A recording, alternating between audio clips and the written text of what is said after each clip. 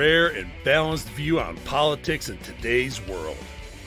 Based on facts, born of rationality, common sense, and logic, providing context on today's events. This is American Perspective with Rick Thomas. Hello, everyone, and welcome to American Perspective. I got to get my earphones on, so give me just a second here.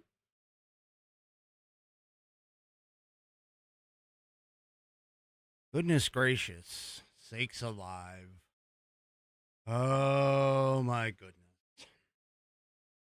Well, I hope everybody had a great night last night. This is Wednesday. For those of you that have not been here to the program, this is Whiskey Wednesday.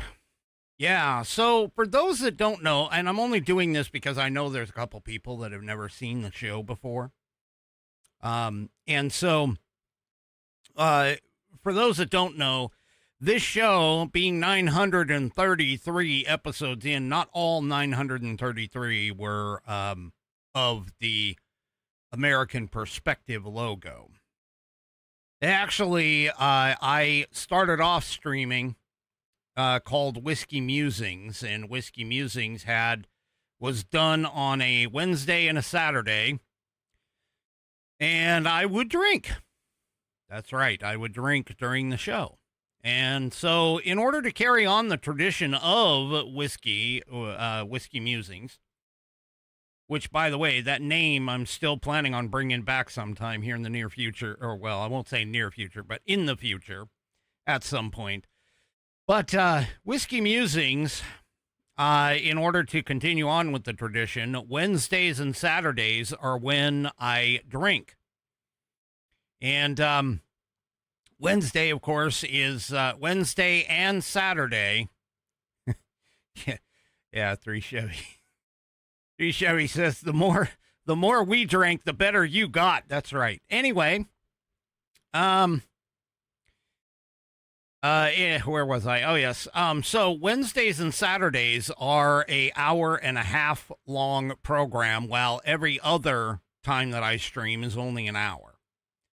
And that is, again, hearkening back to the original Whiskey Musings show. And so, also, of course, because of that, we still have a throwback with the Whiskey Wednesday setup. So, here it is for tonight. Down to business.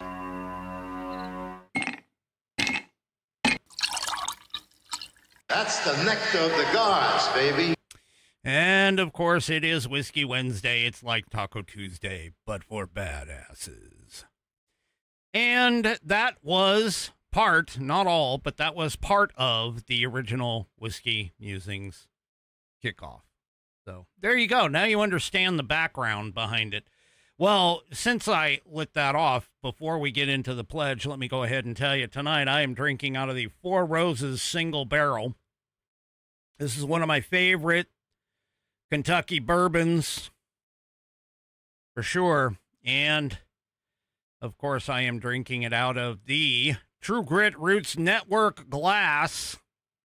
And there is the requisite stones, because it takes stones to drink with whiskey, right here.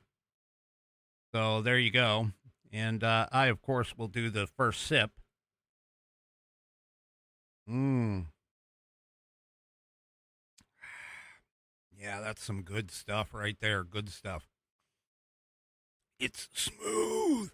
Anyway. Alrighty, folks. Let's go ahead and get things kicked off tonight. Is Pops McGroin and partner. They are up for tonight's Pledge of Allegiance. So if you are of mine, please stand, remove your hat if you're wearing one, like me. Place your hand over your heart and follow along with Pops McGroin and partner as they recite the Pledge of Allegiance. I pledge allegiance to the flag of the United States of America and to the republic for which it stands, one nation, under God, indivisible, with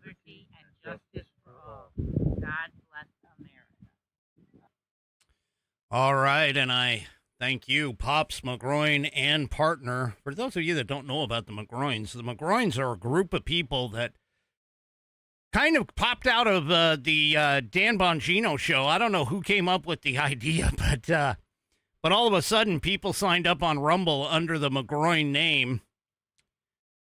Anyway, so Pops McGroin and partner. I actually have the name American McGroin. I don't use it very often, but I do have it over there on Rumble.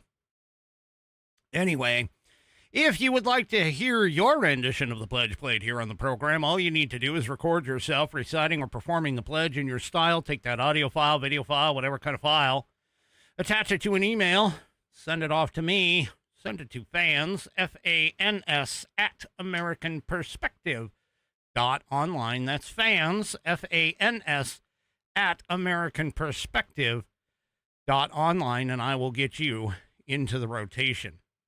I have 25 of these now. Tomorrow, if I can get to it, to process it, make sure that it's make sure that it's loud enough to be played. I have 25 of these items. I'd like to get 26 by the end of 2026, so I only have one more to go. Somebody out there who has not done one, please get yours in. Yeah, I'm right there with you, Jarhead. Anyway, get yours in as soon as possible. I'd like to get 2026, or I'd like to get 26 in 2026, and I have 25. So once you do so, if you do it on your phone, make sure that you use the share option. That's the SHARE option. Use the share option to get it sent off to me. Send it to fans, F-A-N-S, at AmericanPerspective.online. That's fans, F-A-N-S, at AmericanPerspective.online. And I'll get you into the rotation as quickly as possible. Tonight or tomorrow, we'll probably have a new one if I can get off my butt and actually process it. Make sure that we get it loud enough, and I kind of clean it up if there's any background noise or something like that in there. Anyway. All right. Oh, let's see. What do we have tonight? Well, we got a couple of articles with regards to justices and justice and voting, and maybe if I get to them, Graham Plattner is trying to hold the Democrats hostage, Democrat Party hostage. I'll tell you about that one. But also, too, I have a pet of the week. Now, for those of you that don't know this, because, again, I have some new listeners, new viewers, every Wednesday I have a segment at the end of the show called Pet of the Week. And what you can do is you can send in your pet, image, video, whatever. Give me some background, name, breed, story, whatever.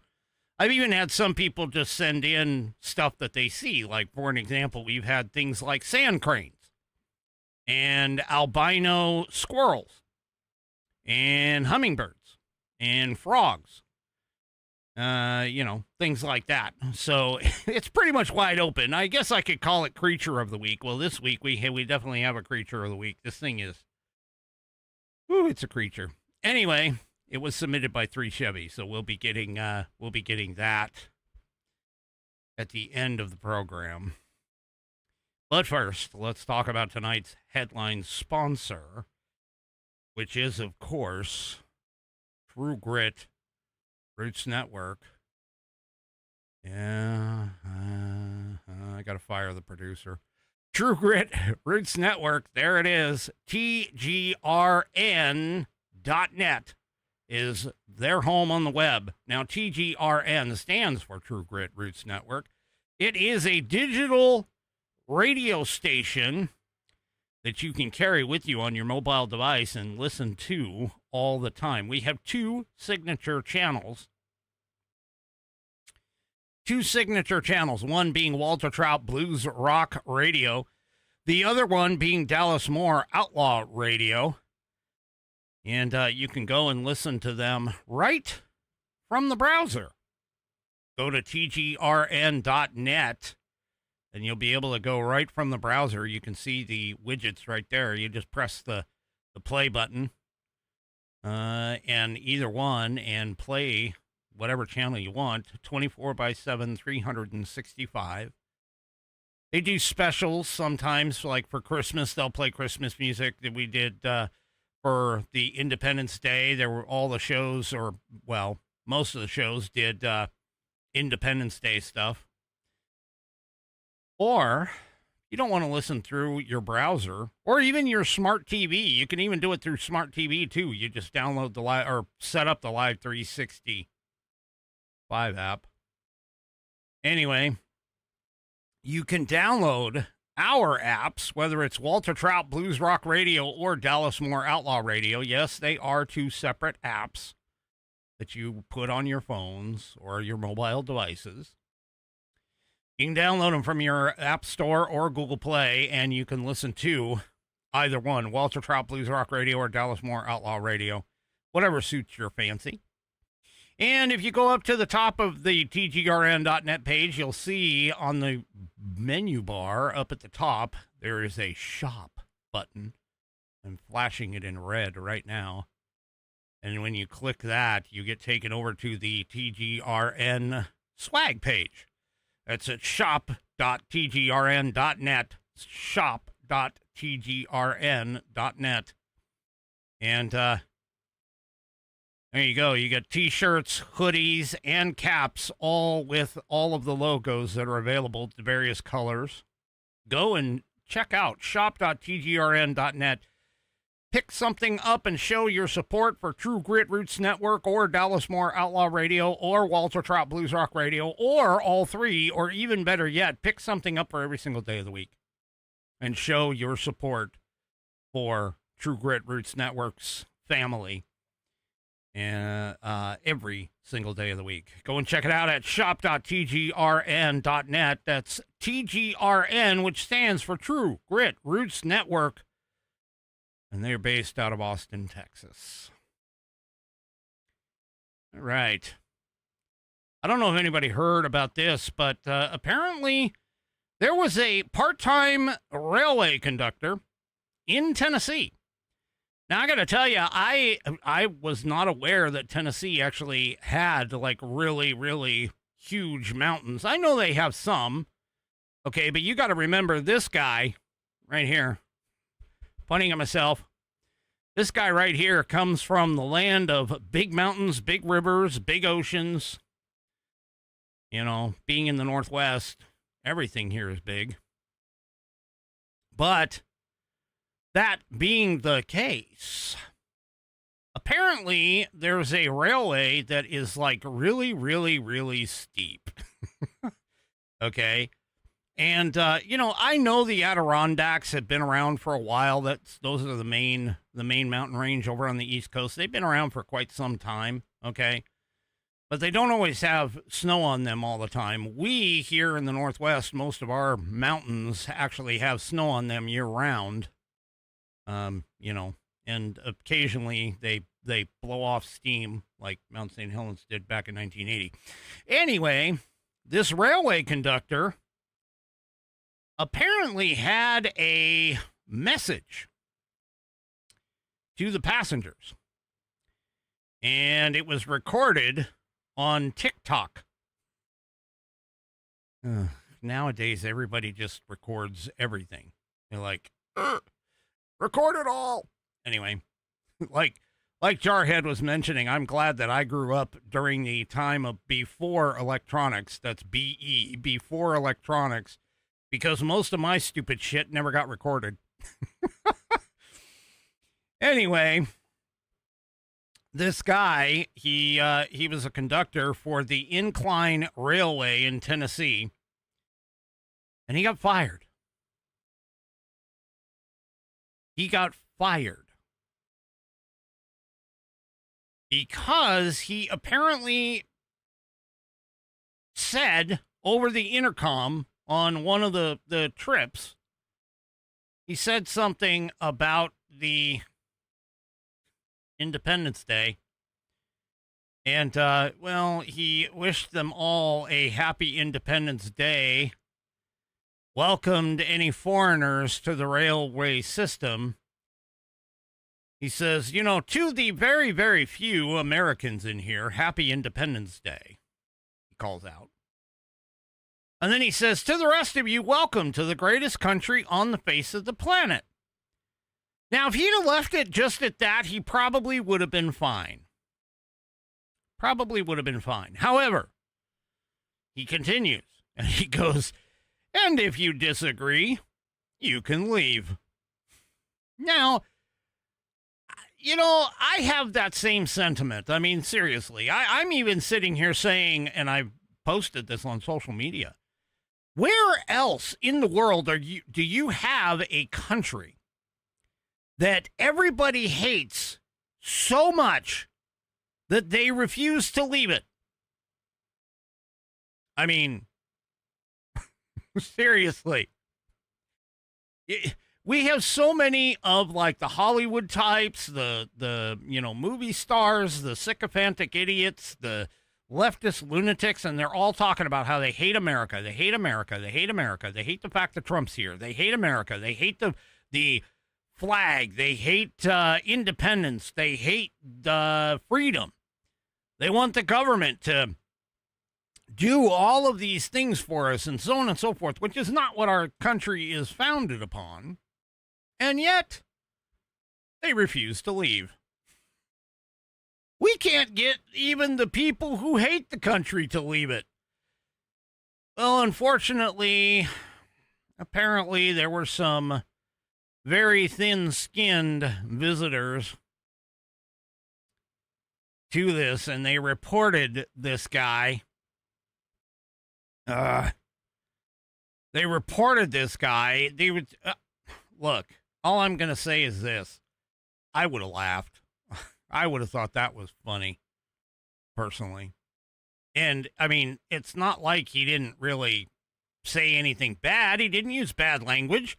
All he said was, hey, if you disagree about the fact that we, as in America, are the greatest country on the face of the earth, which has been demonstrated by all of these people coming here to America for the very first time for the World Cup and have been walking around the country and showing how great we are. And yet, somebody, and I'm sure it was a leftist, I'm sure it was a raging leftist lunatic, reported him. And so they reported him, and he ended up getting fired. And there was an apology from the railway.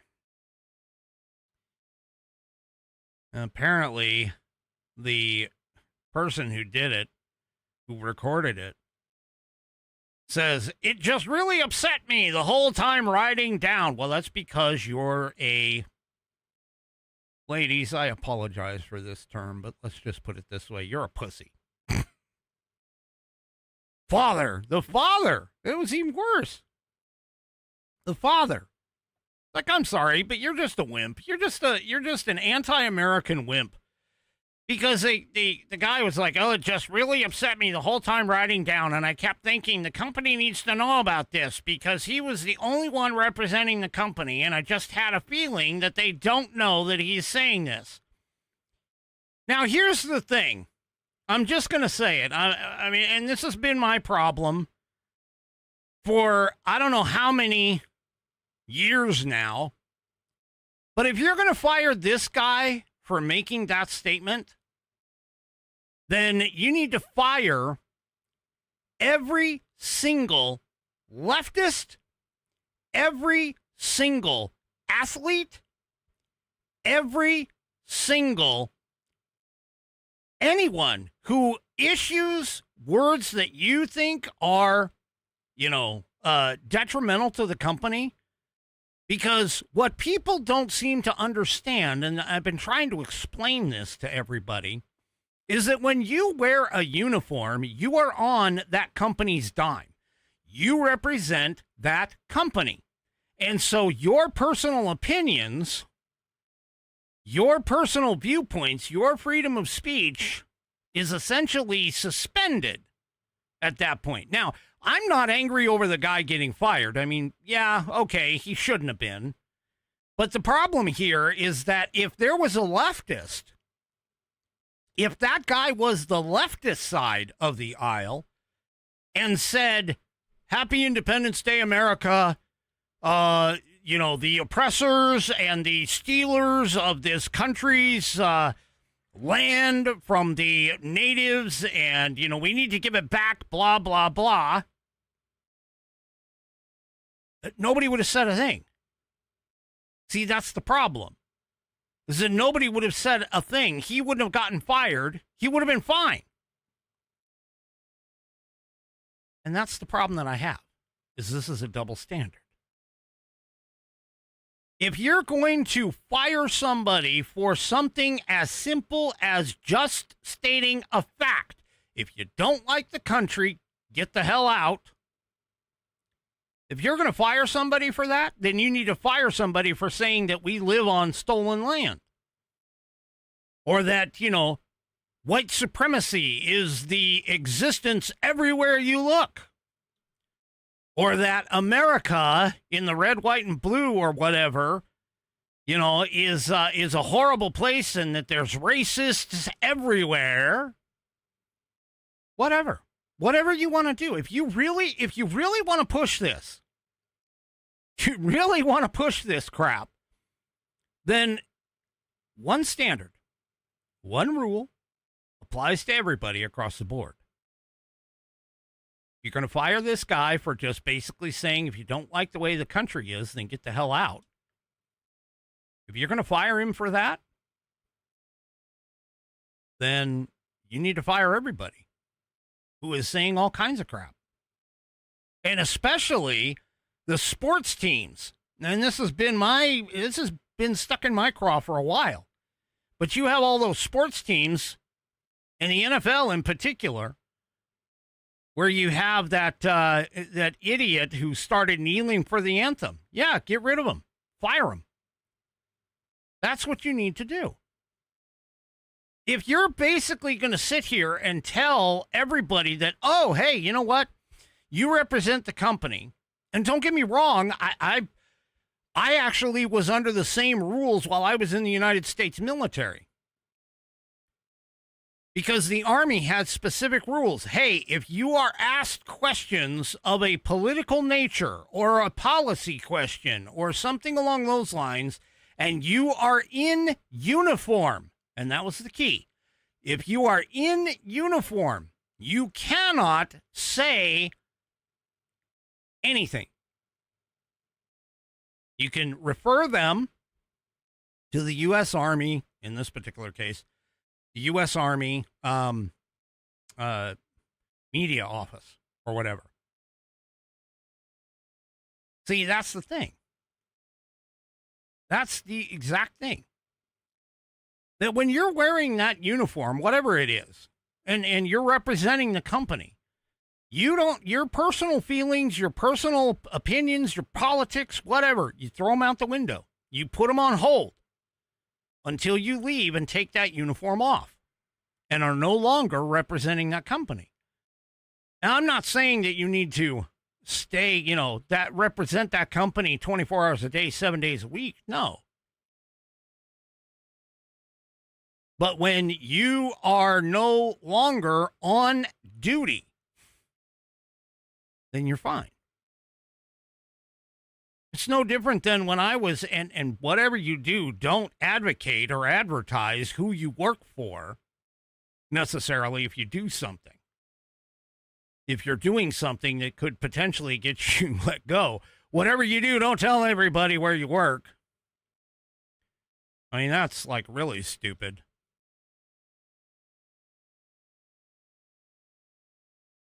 But on your own, after hours, hey, if you're not wearing a company uniform, you're fine.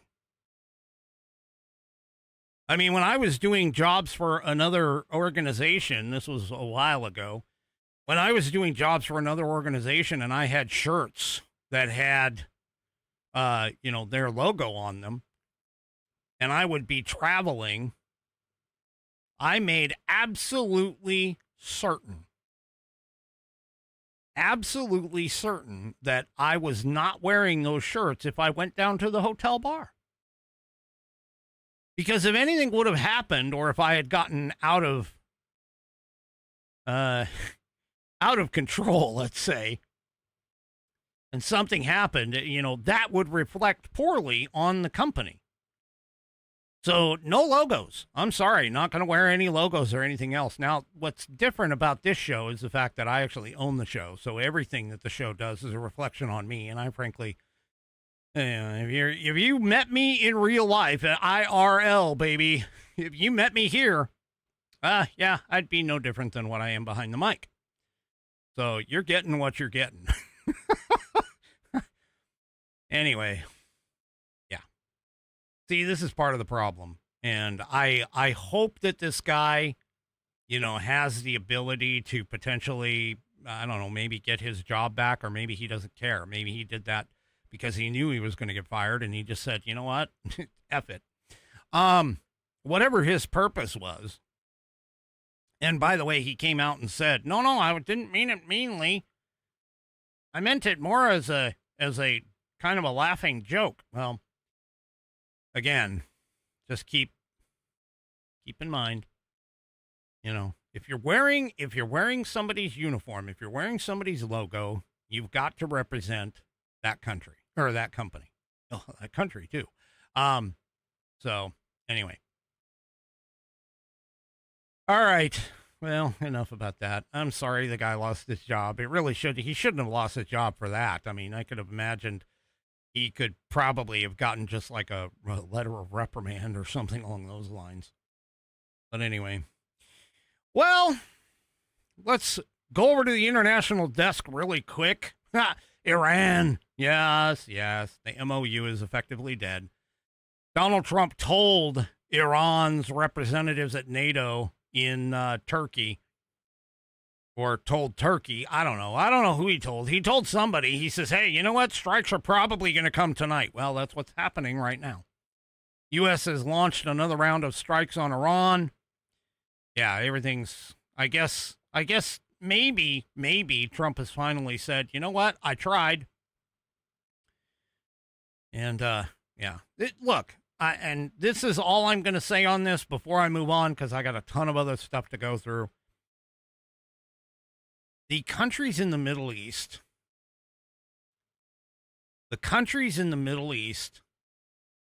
they all respect only one thing, and that is literally power and strength. That's it. That's all they care about. And when we come to them sitting there thinking that we're going to come there with a friendly hand and say, hey, let's work this out. No, there is none of that. Now, don't get me wrong. I mean, Turkey, Qatar, UAE, Saudi Arabia, they're sort of in the middle. But trust me, if we weren't as badass as what we are, they probably would have done something. Anyway, I personally hope that Trump just goes in and finishes his job. This whole idea of Iran being in charge of the Strait of Hormuz, to me, is just crap. Take out Karg Island, take out all of their coast, and then go, all right, now what? Because you got nothing. You still got nothing. Anyway, so there you go. But apparently we're striking Iran again, so, it is whatever. It is whatever. Well, from the nothing is happening files, or actually in this case, it's actually the, oh, that doesn't happen, but we're glad that it is files. Our Australian contingent, Becky, I'm sorry. But apparently one of your countrymen, well, let's just say they decided to vote in our elections, multiple federal elections, and apparently tried to pass himself off as U.S. citizen, too. Yeah. This from the Daily Caller. ICE arrests an Australian national who is charged now with voting in multiple federal elections. Wait a minute. I thought illegals, non-citizens, didn't vote in our elections. Really? Okay. And yet it's here. I mean, this has happened multiple times.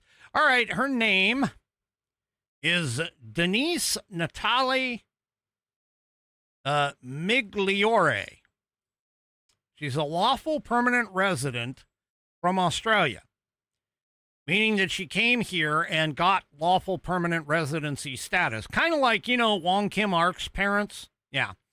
Anyway, and is now accused of making false claims of U.S. citizenship in order to register to vote in federal elections.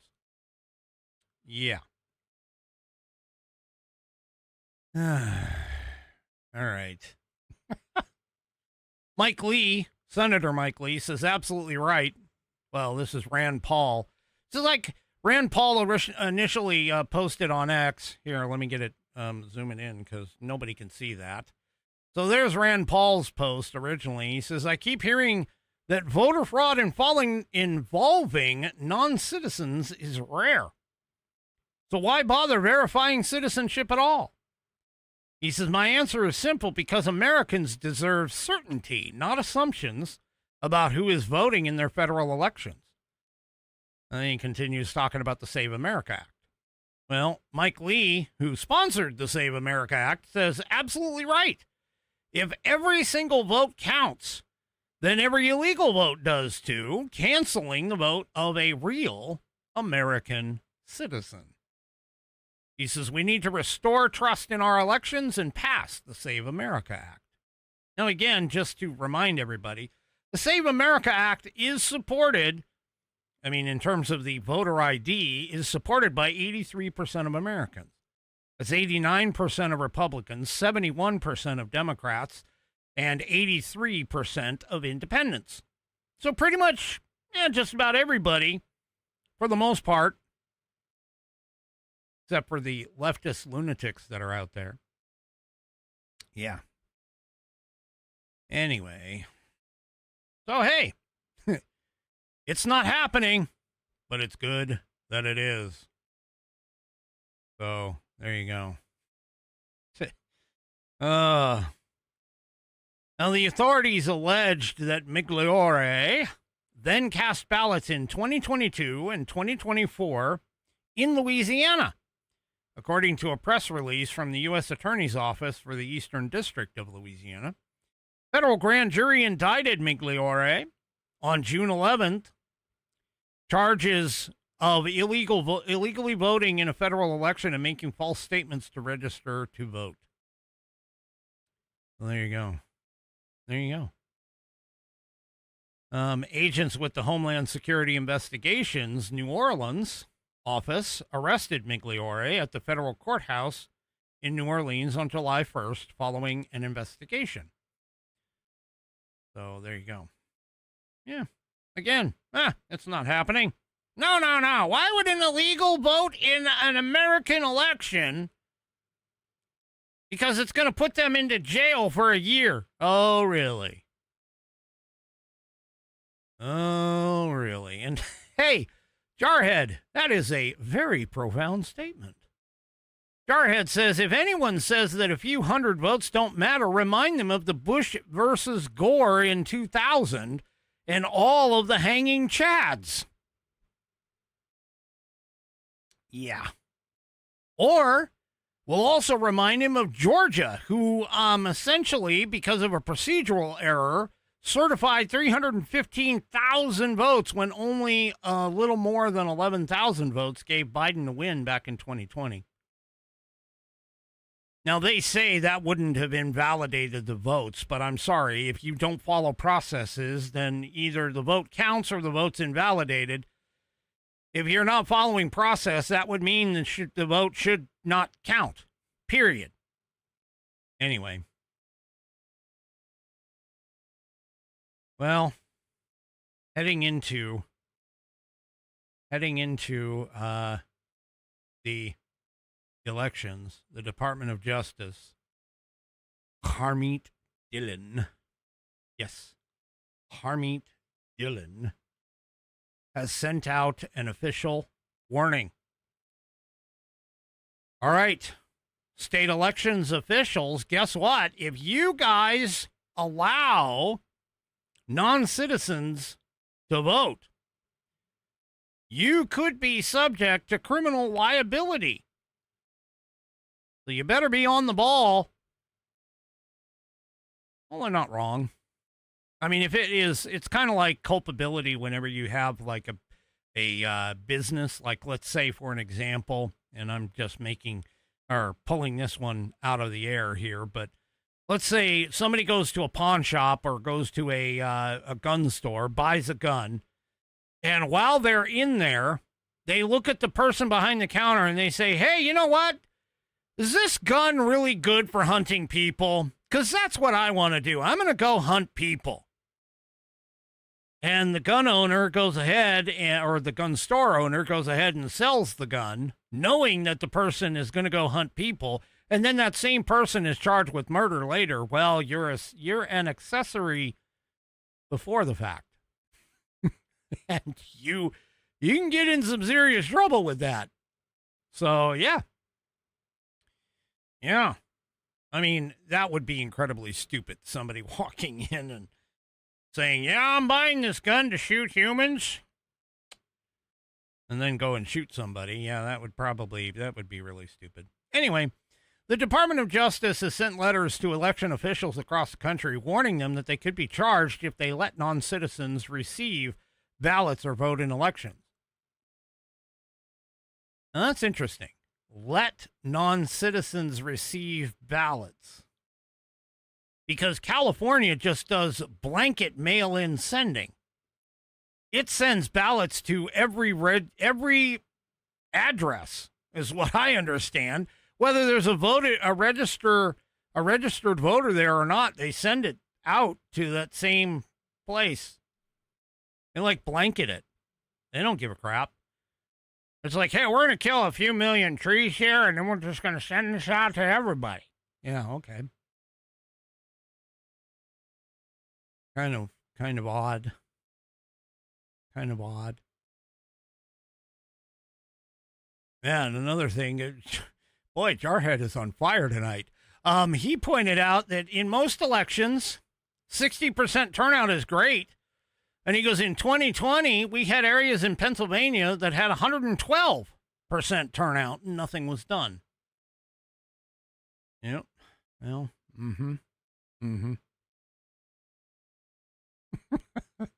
Anyway, what did Harmeet Dillon said in the letter? She says any elections officer, including the chief election officer of the state, which is the secretary of state in most states, but anyway, who knowingly retains non-citizens on the state's voter list or facilitates non-citizens in receiving and casting ballots could be subject to criminal liability. She sent this on letters which were sent out on July 7th. The officials were also told that it is also a crime to prevent people who try to vote from voting.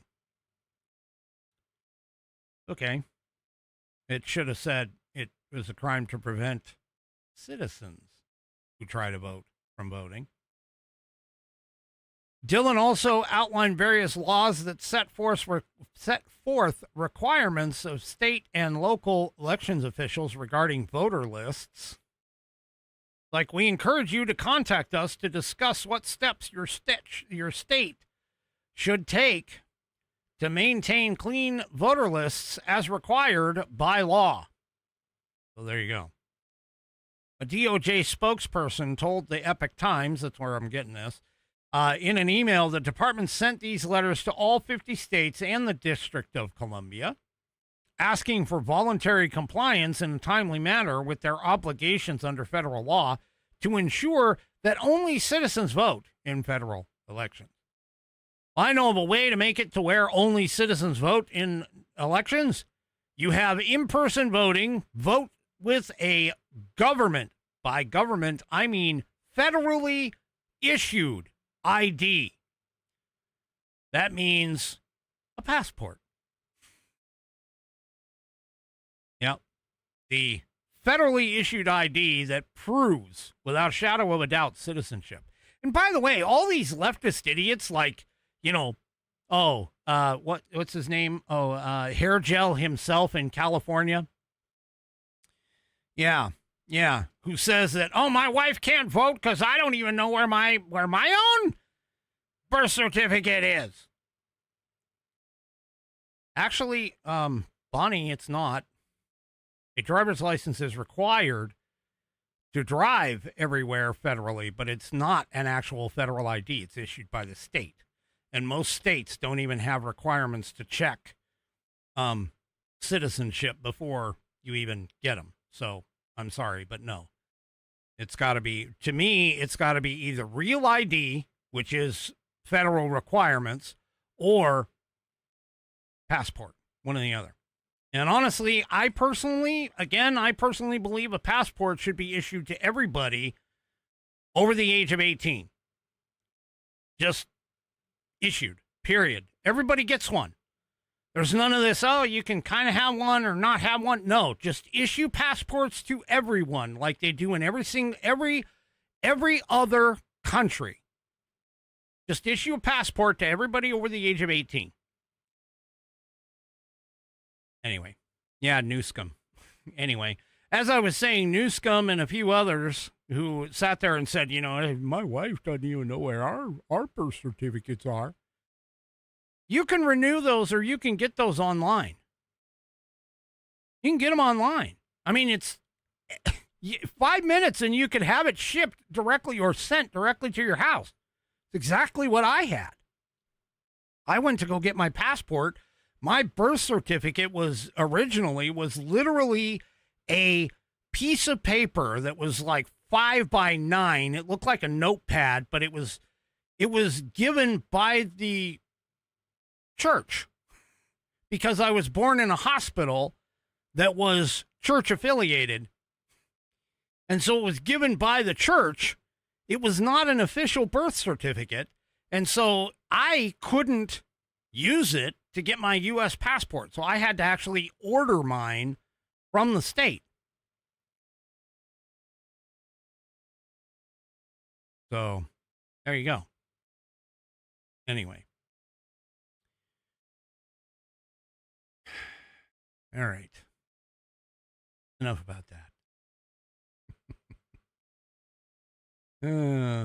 I started a few things in the chat. Well, let's talk for a couple of minutes. Wait a minute. Let me go ahead and take a drink here because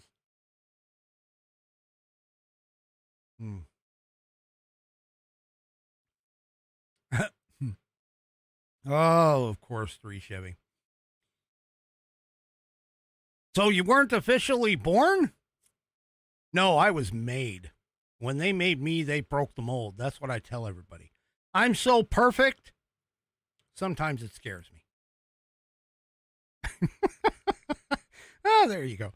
Anyway, and no, it was actually written on white paper. It was like a white cardboard, I mean, it was semi-official. It wasn't just like somebody had printed it out on a printer at home or whatever, but anyway. Yeah. Oh.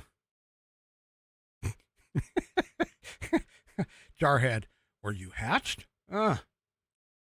If you ever have a chance to watch, how, Wolverine goes through the whole thing with his, adamantium, when he gets the adamantium bonded to his skeleton, just think that. There you go. The U.S. Abbey girl says, and humble.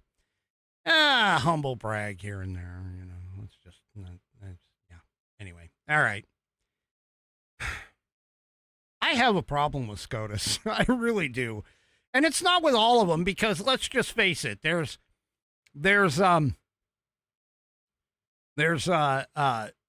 Clarence Thomas, who I think is one of the greatest justices there ever is. I kind of agree with Mrs. Whiskey. Mrs. Whiskey and I were talking the other night, and she was like, I don't know how you could ever really define in anything, how you could ever really define the GOAT, the greatest of all time.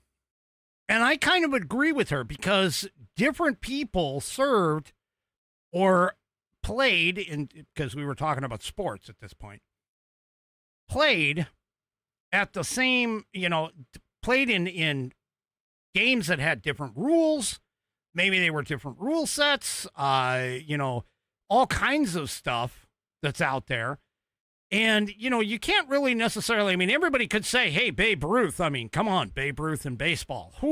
Babe Ruth and baseball, they kind of go together. I'm not a baseball fan by any means. But Babe Ruth and baseball, that, anybody says Babe Ruth, pretty much just about everybody will be like, oh, yeah, I know who that is. Or better yet, Michael Jordan. Just about everybody knows who Michael Jordan was, all right? But all of that, you could sit here and you could say Michael Jordan is the greatest to ever play the game, but then you could go and you could talk about other greats like, I'm trying to think, like Michael Irving. I think it was Michael Irving.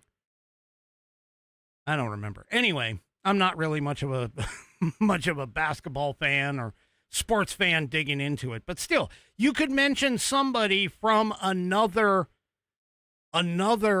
era of basketball, Larry Bird, as an example. You could say, hey, Larry Bird was one of the best basketball players. You could put him up to be the GOAT or whatever.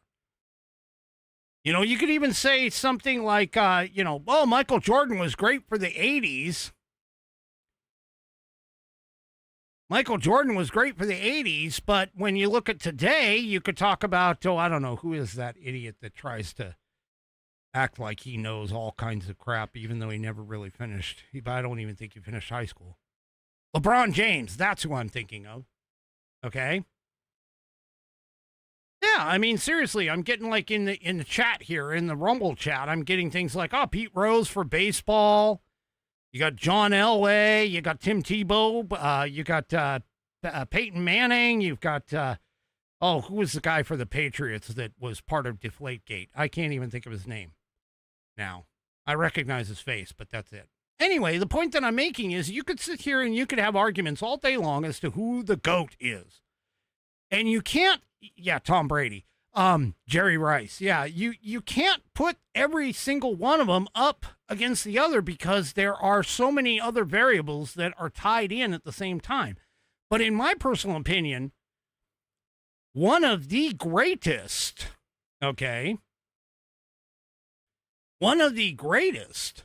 is Justice Clarence Thomas. And coming in behind him is Samuel Alito.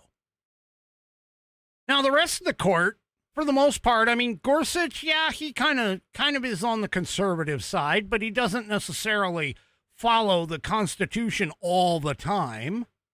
Okay? And yet, we have others on the court, 3 of them in particular, who are activists and not jurists. But nobody, honestly, in terms of modern history, has done more damage to SCOTUS, meaning the Supreme Court of the United States, than none other than Chief Justice John Roberts. Now, his approach to this entire thing, see, constitutionally, when you look in the Declaration of Independence, and I don't know if anybody knows this, but Article 3 of the Declaration, or not the Declaration, sorry, my bad, Constitution of the United States. I don't know why I said Declaration of Independence. That was weird. Anyway, the Constitution, Article 3 of the Constitution was actually the last article that was written.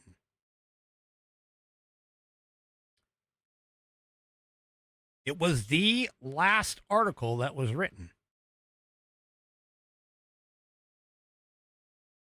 And it was one of the shortest because everybody who was there at the Constitutional Convention, they were all like, God dang, we've been here 100 freaking days. We're at it. We got to get out of here. It's hot.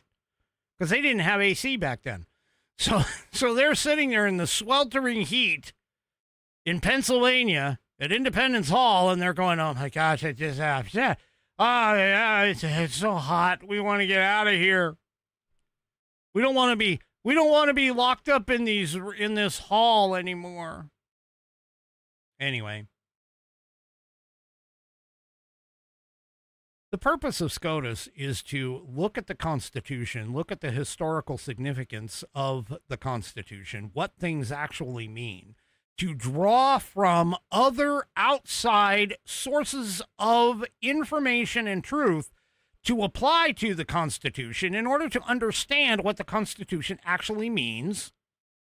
Not necessarily what it says, but its actual meaning. Like Scalia, who is another really great justice. Antonin Scalia said that the U.S. Constitution says what it says and doesn't say what it doesn't say. The problem is that you have people who are, let's say they want to play legislator from the bench, like Chief Justice John Roberts, who issues really odd and weird opinions. And he hit us with them on this last dump before they took off for their break. Now, what am I talking about? Well, you have Trump versus Slaughter and Trump versus Cook. Those are two opinions that got kicked out by SCOTUS here recently. And, well, let's just not even talk about that birthright citizenship debacle. Oh, my gosh. That was another one of his. I'll get that soon. But John Roberts, in terms of this SCOTUS with Slaughter and Cook, under Slaughter, John Roberts says, yeah, the president has unfettered ability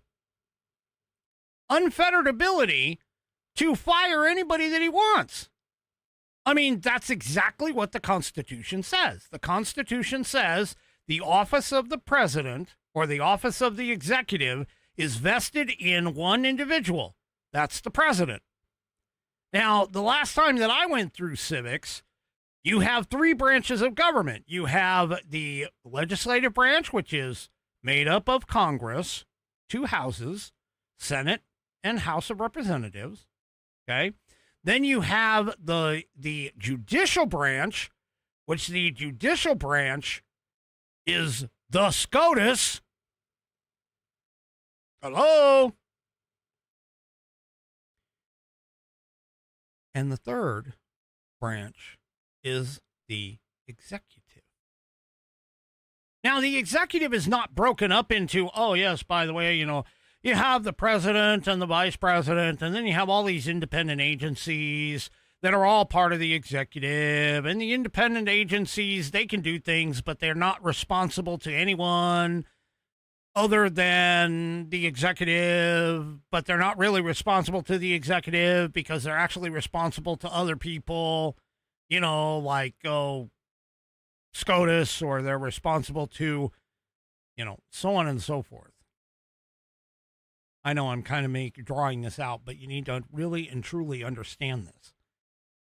There is no other branch of government other than three. There is nothing in the Constitution. Oh, my words disappeared. There is nothing in the Constitution that states anything other than three branches of government. There is nothing in the Constitution that says the federal bank is a separate, independent agency. In fact, it doesn't even mention the federal bank. It says that Congress has the power to print and coin money and create the money, okay? But it doesn't say, because it does say that Congress makes laws, the president executes the laws, and enforces the laws. That's what the executive does. Okay? This idea under Slaughter that, hey, the president can fire anybody he wants at will is correct. But then John Roberts went and issued an opinion in Cook. Well, except for the Fed. Yeah, the Fed. No, the Fed is an independent agency, and the president has to show just cause. Really? Wait, I seem to recall that thing called the Constitution that, SCOTUS is supposed to uphold, properly interpret. Well, as with the birthright citizenship case, both Thomas and Alito, they really dug into it. See, now, I'm just going to tell you that, the activists on the court, none of their opinions really count because, again, they would love to just throw out the Constitution and, legislate from the bench whenever they feel like it. That's it. See, here's kind of from the Cook case. Chief Justice Roberts wrote that the founders knew from experience of the calamities that could arise even from the suspicion of political manipulation of monetary policy. So when they established the first Bank of the United States, they guaranteed its independence from presidential control. Their successors did the same for the second bank. That enabled both banks to serve as a great regulating wheel of the early American financial system. Except there's only one problem. And Thomas, of course, brings it out. Because Thomas details that the Fed itself was effectively a German import modeled on the Reichsbank, flowing naturally from then-President Woodrow Wilson's progressive ideology calling for centralized administration of virtually everything.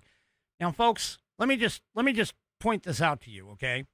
A lot of people look at Woodrow Wilson and they keep thinking, because you learn this in school, that Woodrow Wilson was one of the greatest presidents that we had. Woodrow Wilson was a socialist, okay?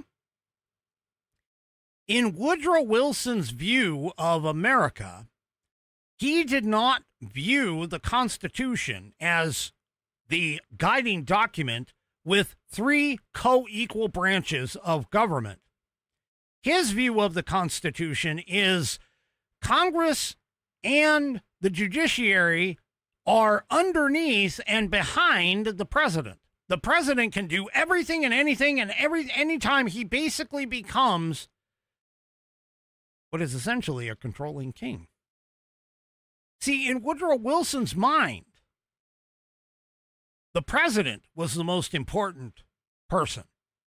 And that is relative with socialism. All right?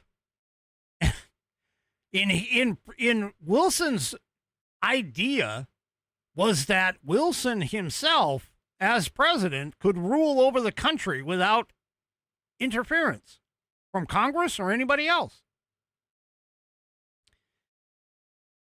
Now, Thomas also takes issue with the court's apparently Pollyannish view. This is from the Federalist, by the way. Pollyannish view as to the Fed's purported successes and its elitist view that it has protected us from the common people who play the antagonist in the court's account of the 19th century.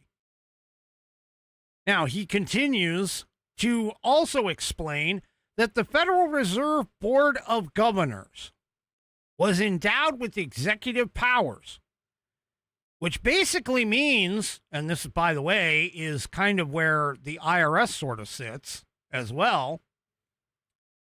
By the way, the IRS isn't really a constitutional thing anyway. That was just Congress farming out its responsibilities to a different or to an organization or agency.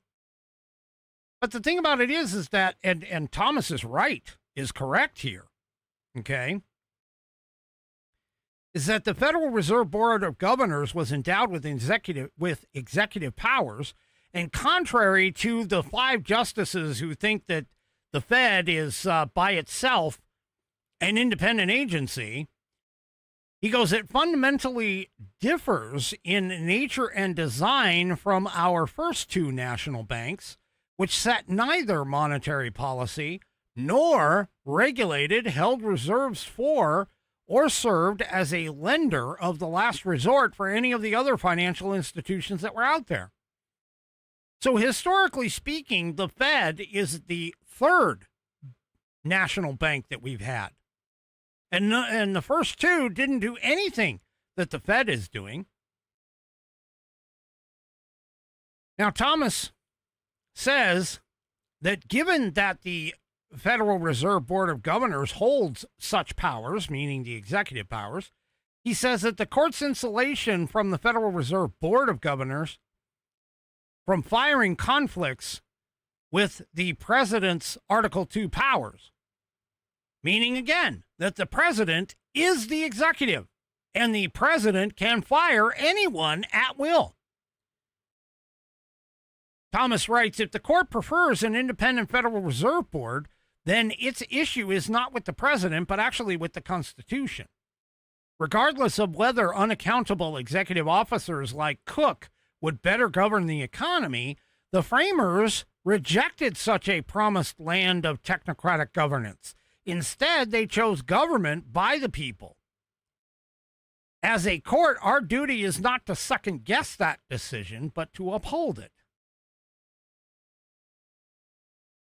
Now, Amy Coney Barrett actually chimed in here. I'm actually surprised she did this because Amy Coney Barrett usually follows with sycophantic lapdog preciseness John Roberts, but she put in a different dissent. She says the court's holding is in serious tension with Trump versus Slaughter, which is entirely true.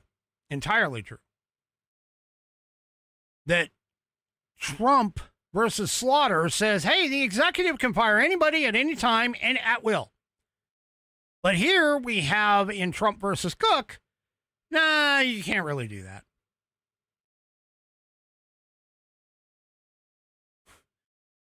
Alito joined in the dissent and says, hey, what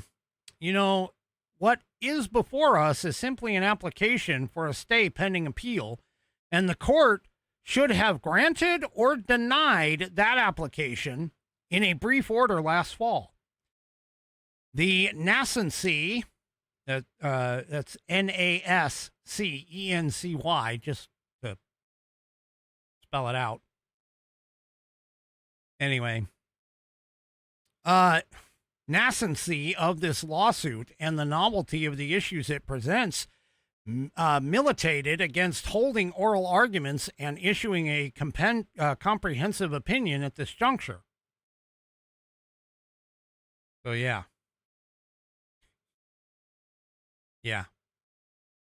Anyway. And it's not just these 2 that are the problem. There's also another problem. You know that trans case, men and women's sports case? Well, there's one big question now that everybody has had a chance to kind of let it sort of marinate. There's one big question that is completely unanswered. See, when you talk about 14th Amendment protections or civil rights protections or Title IX protections or any of these protections, all of these protections that are coming out by the federal government are basically designed based on the idea that you have a, let's see, what is it called? I'm trying to find it here. Let's see, I'm trying to find the correct term. Oh, a protected class, or even a suspect or quasi-suspect protected class. And that's one thing that the Supreme Court left open.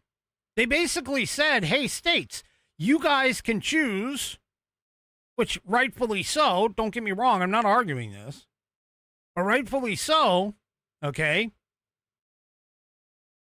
The fact of the matter is that, yeah, you biologically separated sports, that's a states' rights issue, has nothing to do with the federal government. There's nothing in the Constitution that talks about, sex in sports or anything like that, okay? But the thing about it is that is left, and the majority opinion left this major question unresolved, which is essentially whether or not transgenderism qualifies as a suspect or quasi-suspect class based on the Civil Rights Act. Now, Cornell Law School describes this as suspect classification refers to a class of individuals who have been historically subjected to discrimination. For an example, race. They've been historically subjected to discrimination. Now, whenever a government law or policy is tailored toward a specific suspect or quasi-suspect class, courts handling litigation over the matter will place that law or policy under strict or immediate scrutiny, aka heightened standard of review to determine its legality. In the case of strict scrutiny, the onus falls on the government to demonstrate that its policy satisfies a compelling government interest and is narrowly tailored to satisfy that interest. But unfortunately, this case doesn't even say whether or not transgenderism is a protected or quasi-protected class, or suspect or quasi-suspect class.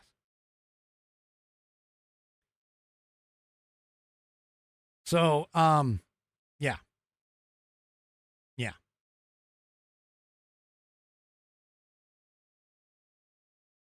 Now, the one that makes sense out of this is Kavanaugh. Kavanaugh, of course, said that the challengers to the law said that,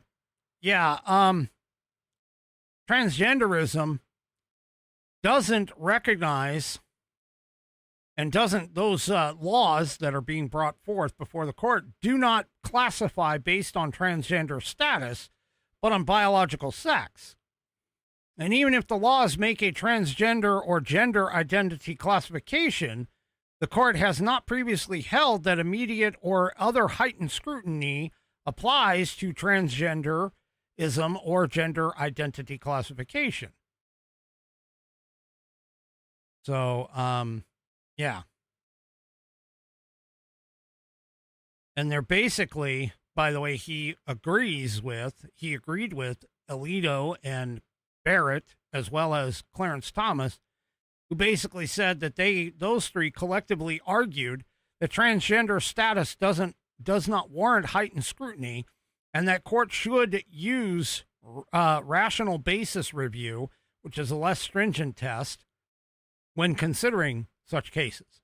So, anyway, I mean, I personally think this one was also affected by John Roberts. John Roberts tries very, very hard to keep the court out of things that are politically charged but constitutionally correct, like birthright citizenship.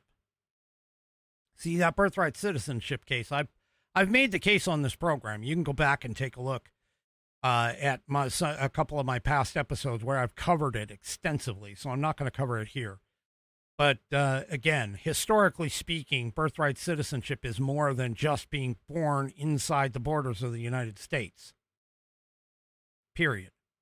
You have to have a full and complete allegiance to America, meaning you need to have at least one citizen parent or naturalized parents or parents that have protected status or specific status that has been issued by the Congress, meaning permanent residency status, as in the case of Wong Kim Ark.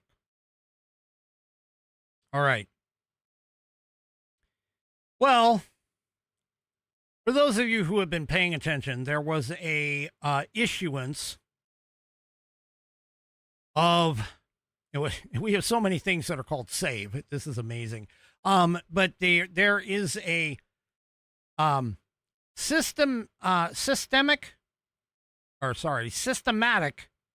alien verification for entitlements system that the Department of Homeland Security was attempting to use in order to verify whether or not illegals were actually voting. So in other words, DHS was trying to essentially validate that people who are voting, who are on voter rolls, are actually not illegal aliens, utilizing this SAVE system. And in the DC court, a DC court had a judge, an activist judge that basically said, no, you can't do that. You can't use this system to validate voter verification, validate citizenship for voter verification. Well, a federal court judge in Florida ordered the Department of Homeland Security to go ahead and restore some key features of this SAVE system, which states can use to verify citizenship and immigration status for voter rolls. So there you go. Now, the SAVE system itself was enhanced under the Trump administration to better support state election integrity efforts, including maintenance of state voter rolls. U.S. District Judge Kent Wetherill II, wow, anyway, ruled that the DHS violated a settlement with states, including Florida, by disabling the features. So you had a judge say, no, you can't use it, and now a federal court judge has overturned that ruling and said, no, actually, yeah, there are things there, okay, that should be used. So, there you go.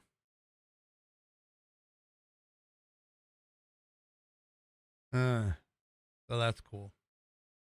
Well, the Supreme Court has done something that it hasn't done in a while. They are apparently sending 2 representatives to appear before Congress. Those 2 representatives are Justices Amy Coney Barrett and Elena Kagan. They're set to testify in Congress before the House Appropriations, Financial Services, and General Government Committee and the Senate Appropriations Committee on the 14th about the High Court's budget request. So apparently the High Court has asked for a funding bill that is asking for $207 million for the Supreme Court, and that's almost $44 million more than it received for the current fiscal year. Now, the budget folks are basically saying, you need to explain why this is the case. So, those 2 justices are going to testify in front of the Congress. Now, the court, as a part of this, requested an additional $14.6 million for security. That doesn't surprise me any, considering Kavanaugh and some of the things that have been, running around here recently with these sycophantic leftist lunatics that are running around here. So, yeah. Anyway.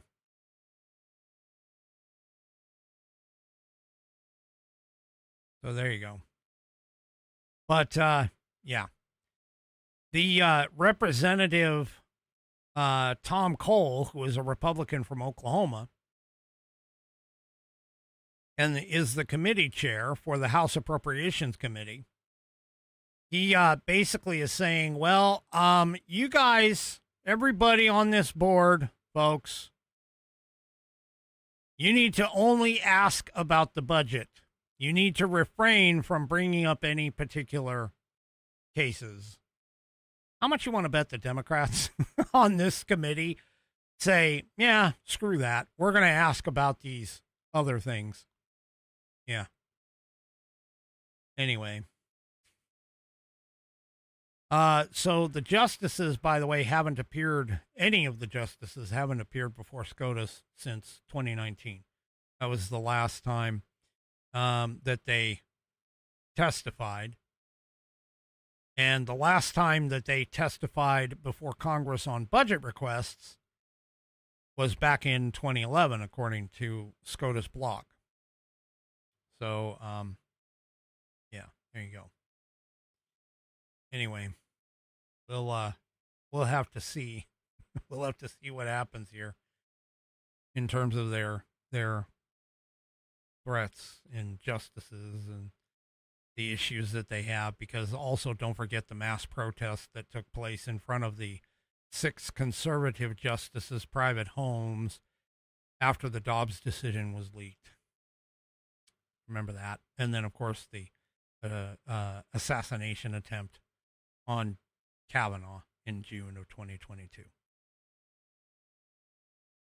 Well, again, if you think that the Democrat socialists of America are just going to go away, they're not.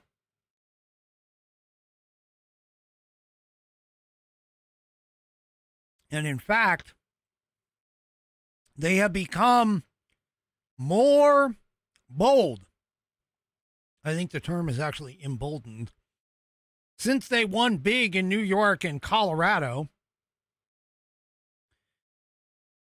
since they won big in those 2 states, now they're gearing up to try and take over in a couple of other places. According to Politico, DSA officials and allies told Politico that they've already shifted organizers, volunteers, and resources over to Michigan and Wisconsin, where a progressive, Abdul El Sayed, is locked in a hotly contested Democratic primary for the Michigan Senate, and the DSA-backed Francesca Hong is gaining steam in her primary for Wisconsin governor. Both El Sayed and Hong are planning a series of major rallies ahead of their primaries, and their campaigns and DSA organizers are currently discussing bringing many of the movement's biggest stars, including recent winners from New York and Colorado, to generate attention and shore up the broader national effort. That will likely include a trip to Michigan for AOC, who just made a major endorsement for El Sayed. Co-host of the long-running progressive program, The Majority Report, which I don't know where they could say that. But anyway, Emma Vigeland, Vigeland, however it's pronounced, says, it's DSA summer. We can't stop racking up wins. If you think these guys are going away, I'm telling you, they're not. They're not. And she also stated, we're seeing the culmination of 10 years of democratic socialism becoming more mainstream. All right, look, folks, there is no democratic socialism. There's either socialism or not. Okay? There's no democratic bullshit at all. Socialism is the government control of all manufacturing and all production of goods and services and everything else. Socialism means the government holds it all. Okay? And by the way, it doesn't work. It never has. It doesn't work anywhere. Never has. At all.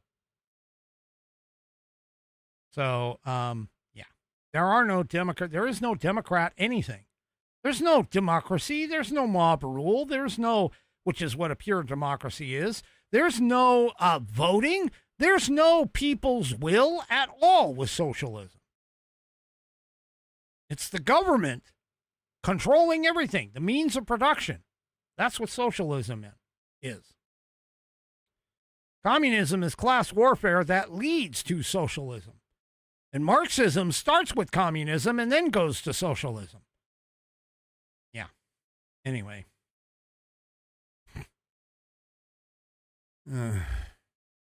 Whatever. All right. Well, Graham Plattner apparently earlier today was saying, hey, you want me to step down, Democrats? Well, I get to pick my successor. I don't know. Somebody posted in the chat. Has Graham Plattner stepped down? Let's see. H-A-M-P-L-A-T-N-E-R-S-T-E stepped down. Has Graham Plattner stepped down?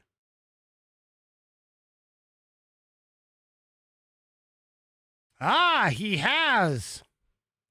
He has. He has suspended his campaign today. So now that's cleared the way for the Democrats in Maine to select a new nominee to face Susan Collins. Now, I'm telling you, I'm telling you that all of this is because of the fact that Graham Plattner was losing in the polls. And I would not be surprised, honestly, if Janet Mills potentially becomes her or the replacement. So, yeah. Anyway. Well, thank God we're not going to see that Nazi-loving, porta-potty jerkin womanizer anymore. Yeah. Anyway.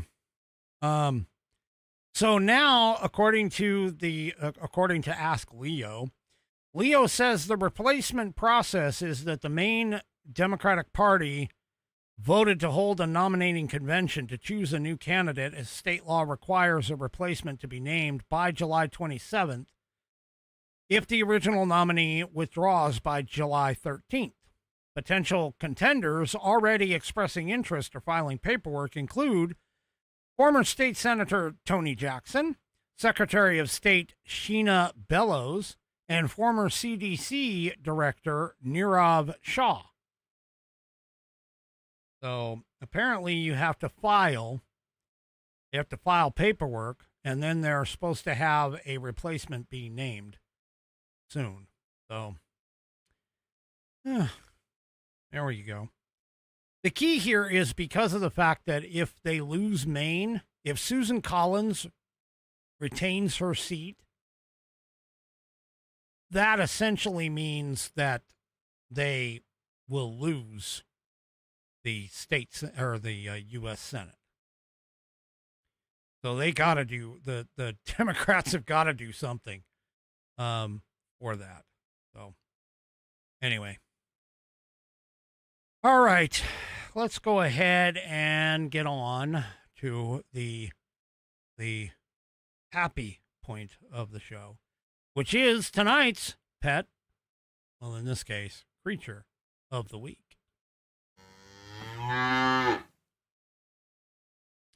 And tonight's creature of the week is submitted by none other than 3 Chevy over on Rumble. 3 Chevy lives in Florida. And 3 Chevy writes to me and he says, if you live in Florida, you know what this is. I'll show you in just a minute. He goes, in the spring, they first appear as a very tiny version of themselves. And by June, they turn into what you're about to see. He goes, this guy was taking an unintentional swim in his pond. Now, for those of you that don't know, 3 Chevy has a fantastic koi pond in the back of his yard. It's been featured on the Pet of the Week quite often, but he puts so much work into it. Beautiful, beautiful place. I mean, I could see sitting back there drinking a whiskey and smoking a cigar and just enjoying the sound of the waterfall. But anyway, he says that this guy, which I'm about to show you, was taking an unintentional swim in his pond, so he had to scoop him out. And then he started eating a plant called a Mexican petunia blossom. 3 Chevy says, I guess going for a swim makes you hungry. And then he says, in a few months, all of these creatures will go away and you won't, they don't see, they don't see them again until next year. So let's take a look and see what 3 Chevy is even talking about here. Oop, I lost my cursor. Here we go. What 3 Chevy is even talking about here. Oh, there he is. Holy freaking crap. Well, folks, this is called apparently a lubber grasshopper. And I would say that's actually more of a cicada myself, because cicadas are big. But apparently these things start off as tiny black. They're tiny and black in it. But, yeah, they could also be called a locust. I mean, I remember in Texas, I'm going to play this for a second here, and I'm going to pause it as soon as I lost my cursor again. There we go. So there he is. This thing looks huge. You know, it's too bad you didn't put like your thumb up next to it or something so you could see it. But I remember the cicadas. I remember the cicadas in Texas and South Carolina, North Carolina. Was it North Carolina? Fort Jackson? No, South Carolina. Fort Jackson, South Carolina. Well, North Carolina too. When I was there for basic training and then, of course, my advanced individual training back in 1991. But anyway, the cicadas in the summertime, you know, making all kinds of things. Coco. Coco says, I hear him saying, I love my flower, my precious flower. Yes, my precious, my precious. Yeah, there you go. Anyway. How big are these things? Seriously. I mean, are they like, I don't know, half an inch, something? I don't know. I'm sure they get quite big. But anyway, so there you go. Oh, there you go. A big freaking grasshopper. Could you imagine a swarm of these things? Holy crap. Talk about like locusts. Yeah, I think yeah, Jarhead's like, locust, it's plague time. Anyway. Oh, 2 or 3 inches. Holy smokes. Let's see. My thumb is probably about 2 to 3 inches in length. Holy crap. Wow. Jeez. And those things, that thing is huge. Oh, let me just tell you real quick. There was a story that I've told a lot of people just in the final moments here in our video or in the show. I was out in Texas and I was on the phone. But this is pre-cellular phones for everybody. But I was on public phone. I called back home. It was late at night. It was probably like around 9:30, 10 o'clock at night. It had just gotten dark. And I don't know if anybody's seen a roach. And I'm not talking about the little roaches. I'm talking about a roach, okay? Texas-sized roach. And anyway, this Texas-sized roach decided to cross my path. And I went to go step on it. I had my combat boot on. I didn't care. And so I went to go step on it. I smashed down on that thing. It was on the concrete. I smashed down on that thing, and I forgot to throw in the little twist, you know, but I just stepped on it real hard. I just slammed down, stepped on it. And I took my boot off of it, and it turned around, looked at me, and went and walked off. Oh, my gosh. I could not believe that. I could not believe that damn roach actually survived. All right. Oh, that's it for me for this evening, ladies and gentlemen. Oh. Okay, no roaches and spiders. Anyway, we will, that's it for me for this evening. Do me a favor, if you haven't already, head on over to rumble.com, get yourself an account. It is free.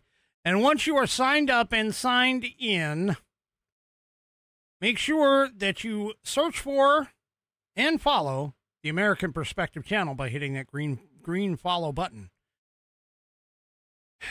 to get notified every time that I go live. Also, too, don't forget to give me a thumbs up, thumbs down, or in the case of Three Chevy, a thumb sideways or at an angle across all my platforms, whether it's X, YouTube, Facebook, Rumble, and of course now pilled.net, PILLED.net, which you can give me a red pill. That's apparently a positive or thumbs up over there.